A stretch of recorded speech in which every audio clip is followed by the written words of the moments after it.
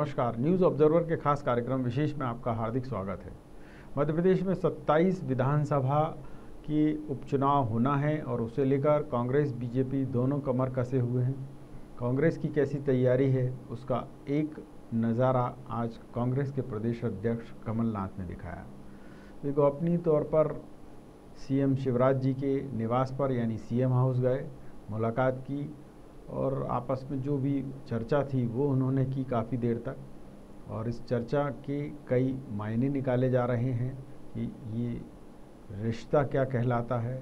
इसे लेकर बुद्धिजीवी, बीजेपी, कांग्रेस के नेता सवाल भी उठा रहे हैं। वहीं दूसरी ओर किसानों की बात करें तो किसानों के मुद्दे अभी भी अनुत्तरित हैं, उन पर कोई जवाब नहीं आ रहा है।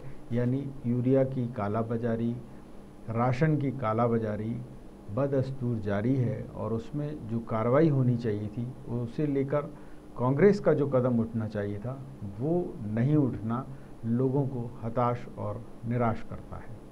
आज इसी विषय पर चर्चा करेंगे और ये खंगालने की कोशिश करेंगे कि बीजेपी और कांग्रेस में ये हो क्या रहा है। चर्चा की शुरुआत करें उससे पहले मेहमानों का परिचय।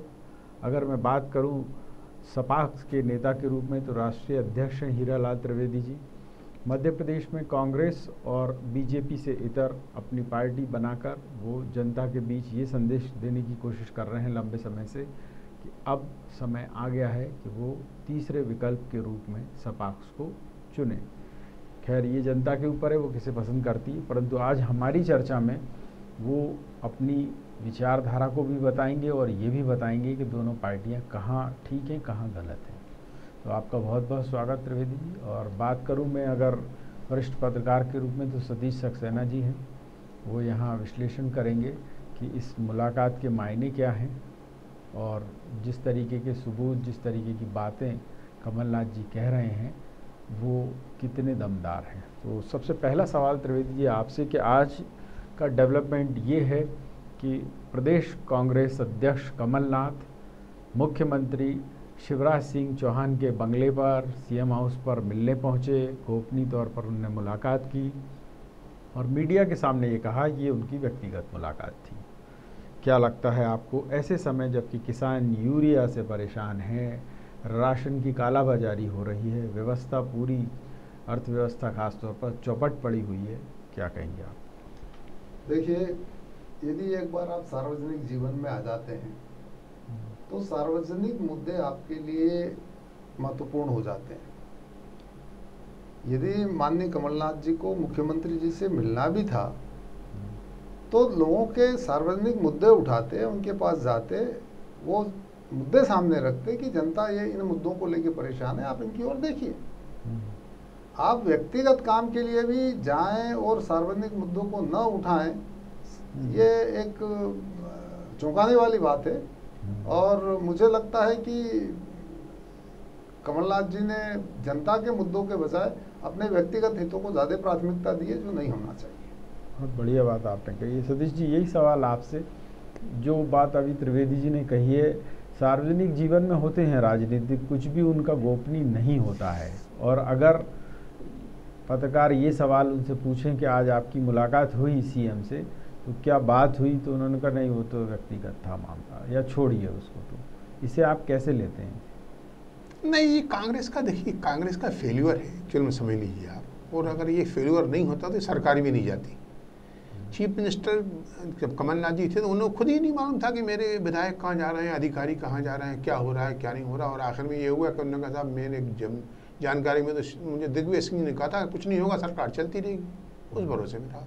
अब ये ऐसे प्रदेश अध्यक्ष हैं वो, उस नाते ये आज स्थिति जो है प्रदेश में आप देखिए कि एक तो बाढ़, दूसरे सोयाबीन जो है उसकी फसल नष्ट हो गई। अभी तीसरा चीफ मिनिस्टर ने घोषणा कर दी कि साहब वो हम सबको राशन देंगे, राशन कार्ड है तो भी और नहीं है तो भी। तो अब वो ये स्थिति एक बनने वाली है कि ये क्या होगा, इसमें कैसा होगा, इसमें करप्शन होगा, भ्रष्टाचार होगा कि नहीं होगा।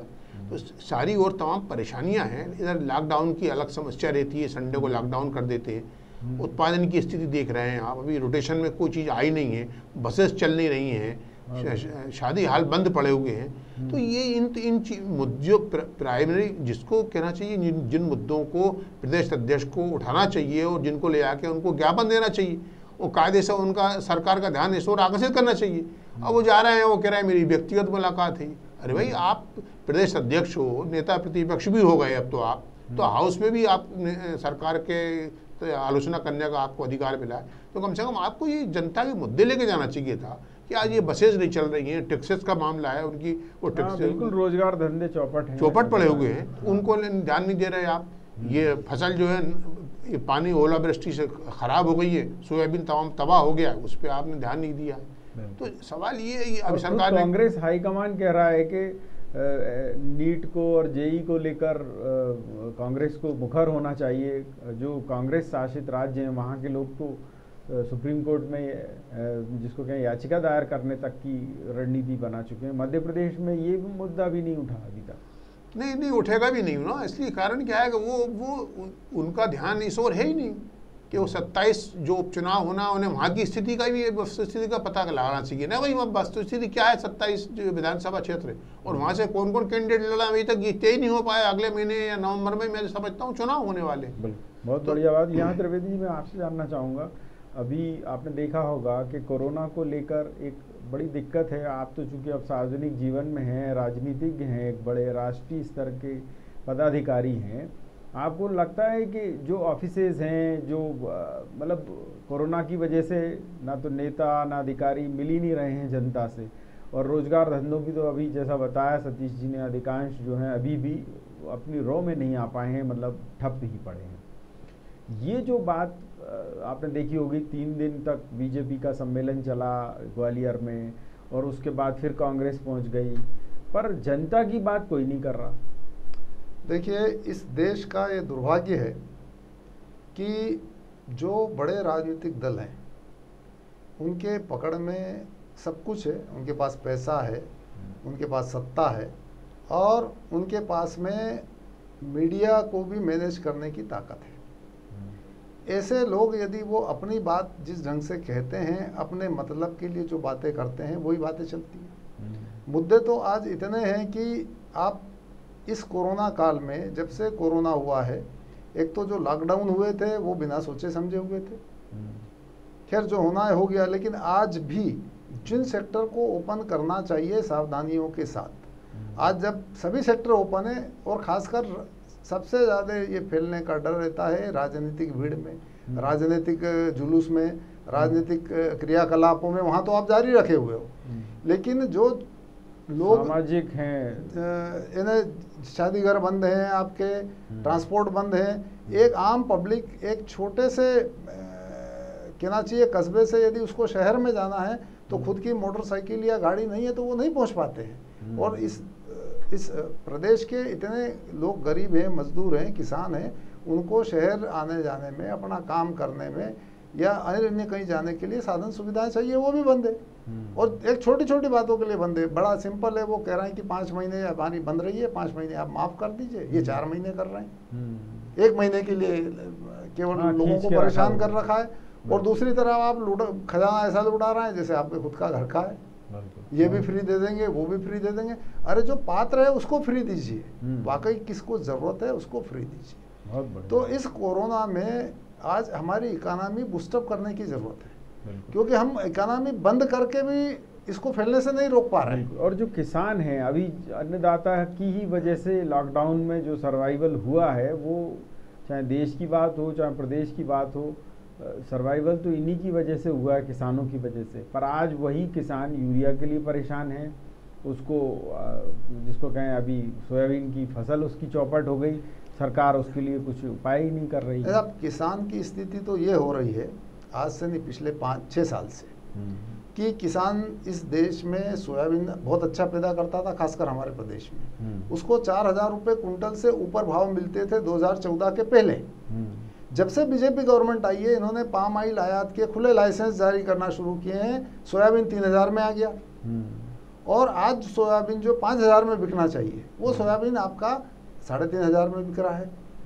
किसी भी स्थिति में 1,000 रुपये कुंटल का खुला नुकसान हर किसान को हो रहा है, और इसके लिए बीजेपी की केवल पाम ऑयल आयात की नीति जिम्मेदार है। ऐसे एक नहीं, चना डॉलर आयात कर रहे हैं, चने के भाव नहीं बढ़ रहे, दलहने आयात कर रहे हैं, मक्का तक आयात कर रहे हैं। इस देश का आदिवासी मक्का सेक्टर बोता है, उसको मक्का में आज वो इसलिए नहीं बढ़ पा रहा है, मक्का में लाभ नहीं कमा पा रहा है क्योंकि ये मक्का आयात कर रहे हैं, फैक्ट्रियों के आयात लाइसेंस दे रहे हैं। तो इस देश की मक्का कहाँ जाएगी? अभी अभी मैंने पढ़ा कि मसूर पे 10% आयात शुल्क लगा के और मसूर भी आयात कर रहे हैं। तो इस देश में जो अभी मसूर पैदा हुई वो कहाँ जाएगी? तो ये स्थिति, बीजेपी का एक ही एजेंडा है, बड़े व्यापारियों को कमाने का लाइसेंस दे दिया उन्होंने, खूब कमाइए आप, उनको खूब फायदा दे रही है। पर कांग्रेस कह रही है कि किसानों और कांग्रेस की तो इतनी दुर्गति है कि वो आपस में लड़ने में और एक दूसरे की टांग खींचने में व्यस्त है, किसानों की समस्या से कोई लेना नहीं। पर आज कमलनाथ जी ने एक पेन ड्राइव दिखाते हुए कहा कि सबसे ज़्यादा हितैषी काम हमने किसानों के लिए किए, और इसमें देखिए 27 लाख किसानों के कर्जे माफ़ होने का ये रिकॉर्ड है मेरे पास। एक पेन ड्राइव लेके वो लहरा रहे हैं बुरी तरीके से। आपको लगता है कि इसमें मैं इस पे एक ही बात कहूँगा, हाँ, किसी भी किसान ने ये मांग नहीं उठाई थी कि हमें आप कर्जे माफ़ करो। कर्जे माफ़ करना सबसे बड़ी गलती था। कर्जे माफ़ उसको करिए जो आप एक क्राइटेरिया तो तय करिए, कौन पात्र है भाई, फ्री में दो, आप किसी को लाभ दो, क्राइटेरिया तय करो पहले कि आपको क्या चीज़ें चाहिए, किसको हमें लाभ देना है। एक तो ये लाभ उन्होंने बिना सोचे समझे दे दिया। दूसरा, किसान को जहाँ जरूरत है, जैसे आज यूरिया संकट है, यूरिया नहीं मिल रहा है, आज उसकी सोयाबीन की, पहले तो पानी कम गिरा, पानी अब अच्छा पानी गिर गया तो इल्ली लग गई, अब वो सोयाबीन सब खत्म हो रहा है। यहाँ सहायता की जरूरत है उसको कि आप उसको सर्वे करिए, उनको रिलीफ दीजिए, यहाँ जरूरत है। और कीटनाशक समय पे नहीं, जैसा आपने कहा कि लागत घटा दें तो वैसे ही किसान को फायदा हो जाएगा, उसे कर्जे वर्जे माफ करने की जरूरत कुछ नहीं। अब शिवराज गवर्नमेंट क्या कर रही है, बिजली के बिल उन्होंने डबल कर दिए, वसूली में सख्ती कर दी, तो जो किसानों को बीच में रिलीफ मिली थी वो रिलीफ अब खत्म हो गई। तो ये सब चीजें हैं क्या आने वाले उपचुनाव में बीजेपी को भी नुकसान है, कांग्रेस को भी नुकसान है। इस देश में अब तीसरी शक्ति की जरूरत है, और जब तक तीसरी शक्ति नहीं उभरेगी, जनता तीसरी शक्ति को सामने नहीं ले आएगी, तब तक जो है ये लोग ऐसे ही लूट खसोट करते रहेंगे। मध्य प्रदेश में आप क्या संभावना देख रहे हैं? 27 सीटों पर क्या आपकी कोई प्लानिंग है कि इन 27 सीटों पर आप अपने उम्मीदवार उतारेंगे, और उतारेंगे तो किसको फायदा किसको नुकसान? देखिए, हम एक मुद्दों को लेकर हमारा मिशन है। सपाक्स एक्चुअली ये एक सामाजिक आंदोलन है। हम लोगों ने पॉलिटिकल पार्टी केवल इसलिए बनाया है कि हम पॉलिटिकल लेवल पे बीजेपी, कांग्रेस जो सत्ता में रहने वाली पार्टी है, इनको जवाब दे सकें। इनका मुकाबला करने के लिए हमने पॉलिटिकल पार्टी बनाई है। अन्यथा ये एक सामाजिक आंदोलन है। हमारे जो आंदोलन के मुख्य बातें हैं वो बड़ी सिंपल है। हम कहते हैं जातिवादी आरक्षण नहीं होना चाहिए, जातियाँ आप खत्म करो, सरकारी रिकॉर्ड में जातियाँ खत्म कर दो, तो जातिवादी राजनीति, जाति को लाभ कर रही है, सरकार नौकरी खत्म कर रही है, तो आरक्षण कहाँ बचेगा? हाँ, इसलिए हम कह रहे हैं कि नहीं, लेकिन एक मुद्दा तो है ना। हाँ। दूसरा, कानून सबके लिए समान होना चाहिए और समान कानून बनना चाहिए, दोनों चीजें हैं। आज क्या, कानून भी सब भेदभाव भरे हैं, उन्होंने कहा इस जाति के लिए कानून, उस जाति के लिए कानून, इस धर्म वालों के लिए, कुछ नहीं होना चाहिए। सब जाति के लिए एक जैसे कानून कर दीजिए आप। और धर्म के आधार पे आज क्या है, उन्होंने कहा साहब ये 4 शादियां कर लेंगे, ये एक शादी को ये कर पाएंगे, अलग अलग कानून बने हुए, आप सामान्य कानून बना दीजिए और जनसंख्या नियंत्रण लागू करिए। जनसंख्या विस्फोट कितना हो रहा है, चाइना ने कंट्रोल कर लिया, हम उससे आगे निकलने वाले हैं अगले 10 साल में। बहुत बढ़िया। तो ये सब क्या है, तो कानून बना के ये सब चीजें समान करना चाहिए, हमारा ये कहना है। और जनता की समस्याओं को उनको लाभ देना चाहिए जो निडी है, हर किसी को जिसको आवश्यकता है। बाकी आप फ्री में सबको लुटा रहे हो, कोई मतलब नहीं है। यहाँ सतीश जी, मैं आपसे जानना चाहूँगा कि चूंकि मध्य प्रदेश में 27 सीटों पर कांग्रेस और बीजेपी दोनों की आमने सामने भिड़ंत है, ऐसे में अगर सपा आ जाती है तो क्या कुछ सीटों में कुछ वही सपाक्स आ जाती है, तो वो सपाक्स के आने से कुछ फर्क पड़ेगा क्या? नहीं, सपाक्स के आने से कोई फर्क तो नहीं पड़ेगा, लेकिन ये जरूर है कि वो अपनी उपस्थिति दर्ज करा सकते हैं, समझे कि नहीं आप? क्योंकि सपाक्स जो अभी बताया, जैसे उन्होंने, हमारा एक अलग आंदोलन है जी, और ये आप पार्टी जो है अभी नई पार्टी नहीं खड़ी की। अच्छा, फिर इसमें कोई बहुत बड़े पॉलिटिशियन लोग नहीं है, कोई पूंजीपति लोग नहीं है, ये तो श्रम इस तरह की पार्टी है कि भाई चंदा लाओ आप लोग जुड़ जाओ वाला काम है। नहीं, पर इन्होंने आंदोलन टाइप का है। देखिए 2018 में जो प्रदर्शन किया था उससे बीजेपी को बड़ा नुकसान हुआ है कई इलाकों में। मैं मानता हूं आपको, लेकिन इसमें इस बार जो है वो इतनी इस पोजीशन में नहीं है कि ये नुकसान पहुंचा सके। नहीं, जैसे आज कमलनाथ जी का एक बयान आया कि ना आप मुझे देखिए, यानी ना कमलनाथ को देखिए, ना कांग्रेस को वोट दीजिए, आप तो सच्चाई को वोट दीजिए। अब किसको वोट दे जनता? सच्चाई के लिए सच्चाई तो ये है कि कमलनाथ जी ने इन 15 महीनों में कुछ किया ही नहीं। सच्चाई जो है कमलनाथ जी ने अपने मुंह से कह दी। वो कह रहे हैं किसानों कर्जे माफ किए, किसानों कर्जे माफ किए। मैं आपके चैनल पे डिबेट में इसके पहले भी कई बार बोल चुका हूँ कि वो 5 नाम बता दिए ना कमलनाथ जी के, भाई हमने ये 5 नाम 5 जिलों के किसानों के कर्जे माफ कर दिए 2 लाख रुपए के। झूठी बयानी क्यों करते हैं, सवाल ये ना। फिर उन्होंने कहा था कि हम शिक्षित बेरोजगारों को बेरोजगारी भत्ता देंगे। वो 10 नाम बता दें कि हमने 10 लोगों को बेरोजगारी भत्ता दिया। वो महिलाओं के बारे में बता दें। उन्होंने कहा था अब हम गरीबों की बच्चियों की शादी होगी 51,000 रुपये देंगे। मुझे 5 नाम बता दें प्रदेश कांग्रेस कमेटी की तरफ से कि ये 5 लोगों को, हम बच्चियों को हमने शादी के लिए 51,000 रुपये दिए। तो उन्होंने खुद थोती और झूठी घोषणाएं की, लोगों को गुमराह किया। पर ये पेन ड्राइव दिखाने का कुछ असर पड़ेगा कि नहीं पड़ेगा? किसका था? ये पेन ड्राइव दिखा रहे हैं कमलनाथ। कुछ नहीं पड़ेगा सर, ये तो आप देखना समझ जाएगी।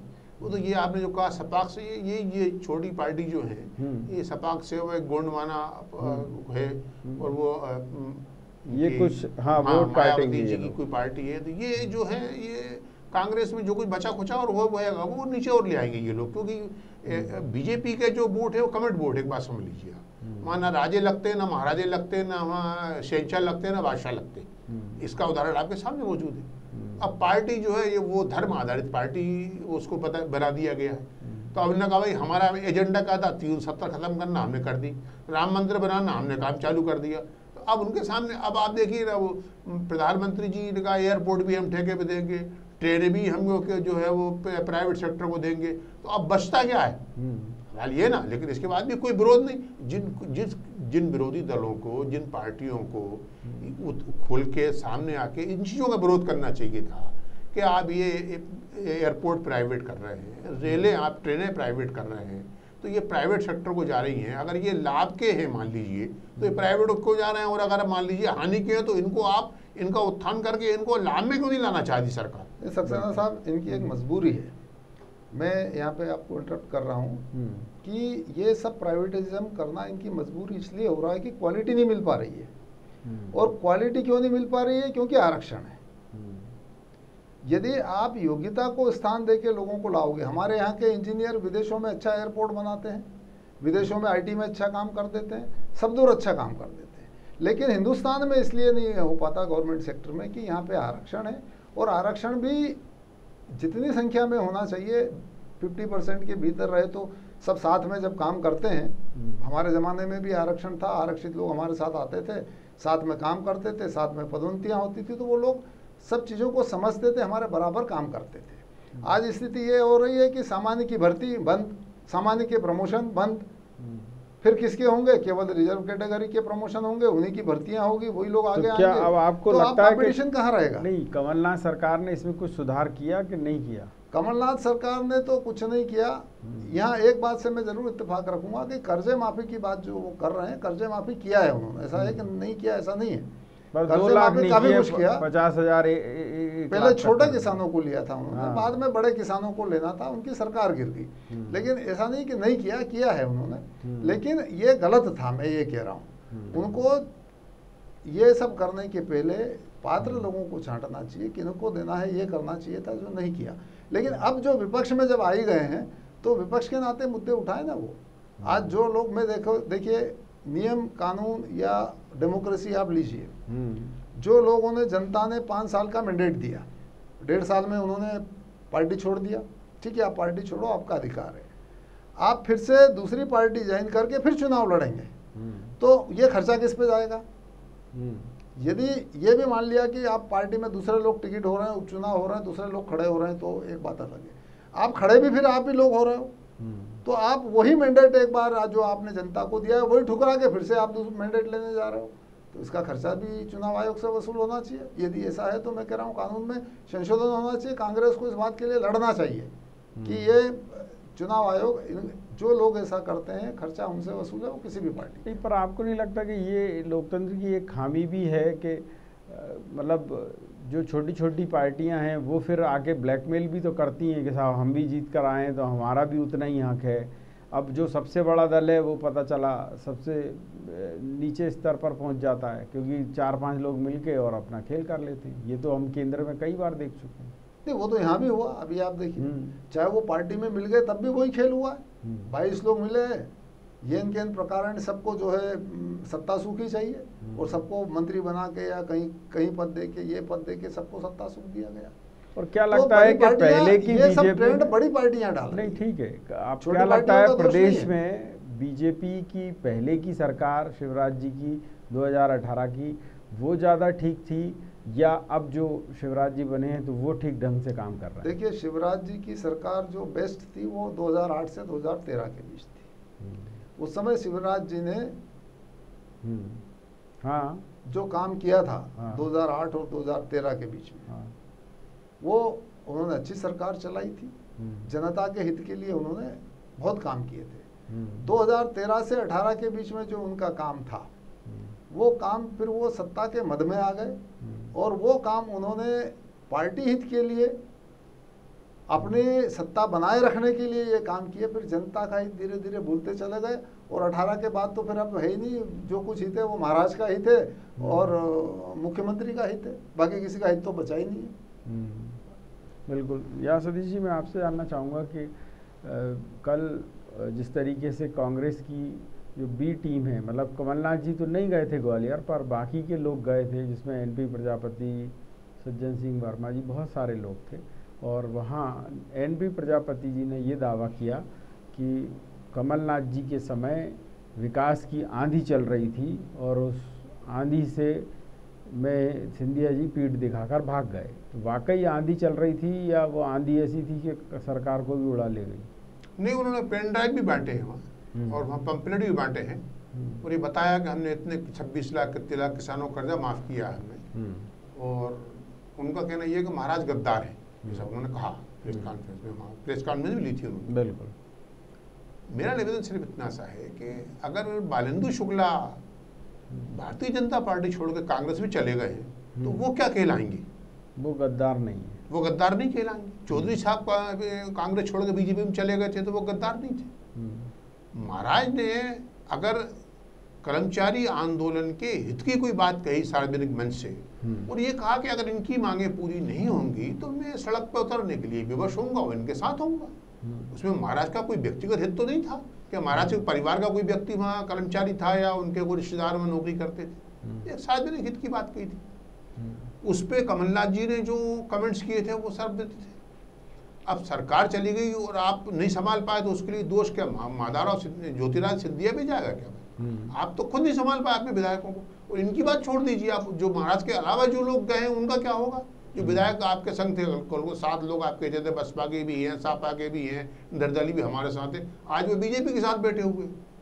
तो कुल मिला के ये कि घुमा फिरा के एक बात करना है महाराज गद्दार, महाराज दोषी और झांसी की रानी और फलाना और ये मेल और ये सब चीज़ें देखिए लोग अब आज जागरूक जनता है। अब फिर क्या है, अपना जब आज़ाद हुआ था देश 47 में तो इतनी पढ़ाई लिखाई नहीं थी सोशल में। आज बच्चे बहुत एजुकेटेड हुए हैं, सब पढ़े लिखे बच्चे। आज की जनरेशन जो है वो सब जानती समझती है। तो आप उनको बेवकूफ़ थोड़ी बहुत देर के लिए बना सकते हो लेकिन पूरे टाइम के लिए नहीं बना सकते। और जब से मताधिकार का उनको मिला है अधिकार, ये बीजेपी को सबक सिखा दिया था उन्होंने। सब कुछ करने के बाद भी बीजेपी सत्ता में नहीं आ पाई थी मध्य प्रदेश में। और अभी शिवराज जी को सिर्फ ये अभी 4-6 महीने का टाइम दिया गया है, उसी में उन्होंने 6,000 रुपये अभी तक कर्जा ले लिया। 6,000 करोड़ रुपया उन्होंने कर्जा ले लिया और वो अपने काम कर रहे हैं। शिवराज जी का काम करने का तरीका ही अपना निकाल लेंगे। वो तो अपने एक तरह परिवारवाद टाइप का सिस्टम चलाते हैं वो, नहीं। अब उसमें किसका भला हो रहा है किसका बुरा हो, उन्होंने एक नई बात कह दी अभी ये शिक्षित बेरोजगारों के लिए कि अब जो एजेंसियाँ जो एग्ज़ाम लेंगी वो उसी के बच्चे जो सिलेक्ट होंगे उन्हीं को हम देंगे। तो ना नोमन तेल होगा ना राधा नाचेंगी। अभी तक 18 महीने में आपने किसी को रोजगार 18 साल में रोजगार दे दिया, अभी एक नई बात लेके और आप आ गए हो कि अब 2 साल में कुछ होगा ही नहीं। वहाँ जब 2 साल में कुछ नहीं होगा बच्चों को रोजगार नहीं मिलेगा, ओवरेज हो जाएंगे बच्चे। यहाँ त्रिवेदी जी, युवाओं की अगर हम बात करें तो कांग्रेस बीजेपी दोनों ही दावे तो बहुत कर रही हैं, पर सपा इसमें क्या कमियां ढूंढती है और आपकी क्या यूएसपी है कि लोग आपकी तरफ आकर्षित हों? देखिए, युवा लोगों का लिए सबसे महत्वपूर्ण चीज़ है कि उन्हें रोजगार मिलना चाहिए, और रोजगार देने के लिए केंद्र सरकार को और राज्य सरकारों को अपनी नीति में परिवर्तन करना बहुत जरूरी है। इन्होंने ये प्राइवेटिज्म की बात कर रहे हैं, ये आरक्षण की बात करते हैं, ये जातियों को लाभ देने की बात करते हैं, युवाओं को रोजगार देने की बात नहीं करते। युवाओं को यदि आपको रोजगार देना है तो आपको चीनी पैटर्न पे जाना पड़ेगा। चीन ने क्या किया है, अपने युवाओं को पहले तो उन्होंने लिबरेशन आर्मी से जोड़ा है। हिंदुस्तान में भी आप कोई ऐसी एनएसएस या कोई ऐसी सिक्योरिटी एजेंसी या कुछ खड़ा कर दीजिए कि साल 2 साल 3 साल जितना आपकी आर्थिक स्थिति है उतने साल में आप युवाओं को कम से कम फौज की ट्रेनिंग दो, उनको तैयार करो। उसके बाद में जो जिस लायक होगा उसके वहाँ पे क्या है, सब चैनल बने हुए हैं, उस योग्यता की स्क्रूटनी होती है, और जो टेक्निकल है टेक्निकल फील्ड में जाता है, प्राइवेट है तो प्राइवेट में भी बहुत सारे फील्ड है, कोई एक फील्ड नहीं है, हजारों फील्ड है प्राइवेट में। तो धीरे धीरे उनकी एक स्क्रूटनी होते जाना चाहिए, और जो जिस फील्ड के लायक है उस फील्ड में उसको भेजना चाहिए। तो ये एक बहुत बृहद प्रोजेक्ट है, और सरकार ये प्राइवेटिज्म करना और ये करना, और उसके बजाय यदि इस प्रोजेक्ट को टेकअप करती है तो निश्चित है कि यहाँ के युवाओं को रोजगार मिलेगा, और युवा सदा यहाँ का एंगेज रहेंगे, और इस देश के विकास में उनकी एनर्जी, उनकी ताकत, वो जो है उनकी जवानी, वो इस देश की विकास में वो लगाएंगे। बिल्कुल नहीं, पर सपाक्स कैसे कह पाएगी कि साहब इन दोनों पार्टियों से अलग हमारे पास ये मुद्दा है जो इन दोनों पार्टियों से अलग है? देखिए, हमारे सभी मुद्दे शुरू से जब से हमारा गठन हुआ है, हमारे बिल्कुल सिलेक्टेड मुद्दे। हम इस देश में एक झंडा, एक कानून और सबके लिए जो है एक समान योजनाएं लॉन्च करने की बात कर रहे हैं, है ना। हम युवाओं के लिए हम यही कह रहे हैं कि युवाओं को इस देश में रोजगार देने का काम खाली रोजगार कार्यालय खोल के पंजीयन करना नहीं है। यदि हम कभी सत्ता में भागीदार बने, हम आए, तो हम युवाओं को रोजगार देने के लिए फुल प्रूफ प्लान देंगे कि आप इनको जब से वो जैसे ही अपनी एजुकेशन कंप्लीट करें, उनकी योग्यता के हिसाब से पहले 2 साल उनको ट्रेनिंग दीजिए, उनको काम दीजिए, उनको सुरक्षा में रखिए, उनको आप जो है इस देश की जो कहना चाहिए एक पहचान है, उस पहचान में उसको डालिए। अच्छा, एक बात जो जैसे मैंने अभी सतीश जी से भी पूछी, जो कांग्रेस दावे कर रही है, एनपी प्रजापति पूर्व विधानसभा अध्यक्ष कह रहे हैं कि साहब कांग्रेस की कमलनाथ सरकार के समय विकास की आंधी चली थी।